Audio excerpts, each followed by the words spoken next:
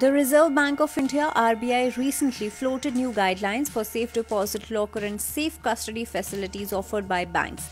To issue the revised guidelines, the central bank observed various developments in banking and technology, consumer grievances, feedbacks from banks, and the Indian Banks Association. While the revised instructions will get implemented from next year onwards, here are the new locker guidelines you need to know.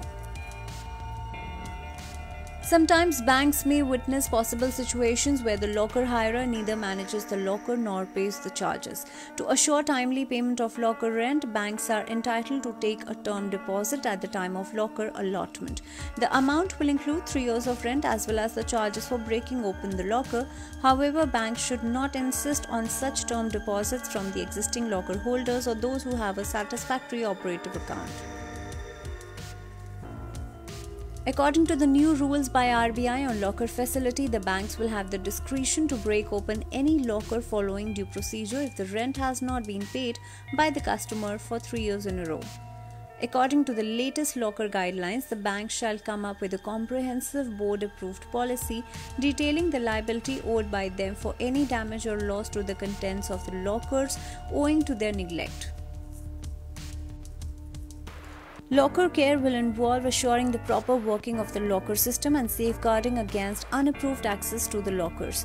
Ensuring sufficient measures against robbery and theft will also be the responsibility of the bank.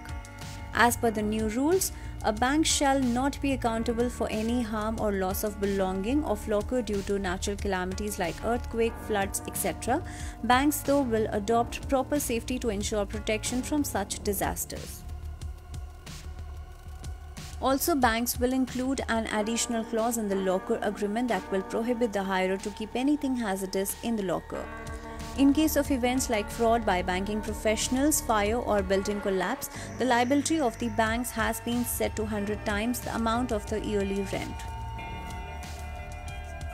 Currently, state-owned banks charge Rs 2,000 as annual rent for a small safe deposit locker and Rs 4,000 for a medium-sized one in urban and metro areas.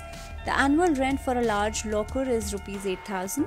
In addition, a customer has to also pay the applicable GST.